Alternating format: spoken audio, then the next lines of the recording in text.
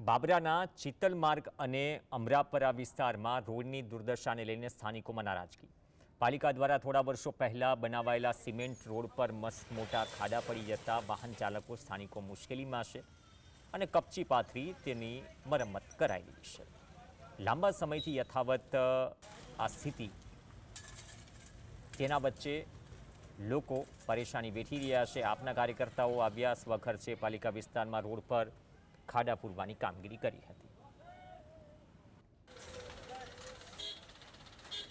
તે રોડ છે એ નગરપાલિકાના વોર્ડની અંદર આવે છે. અમારી અત્યારે એવી ફરજ પડી છે કે અમારે હાથી ખાડા પૂરવા.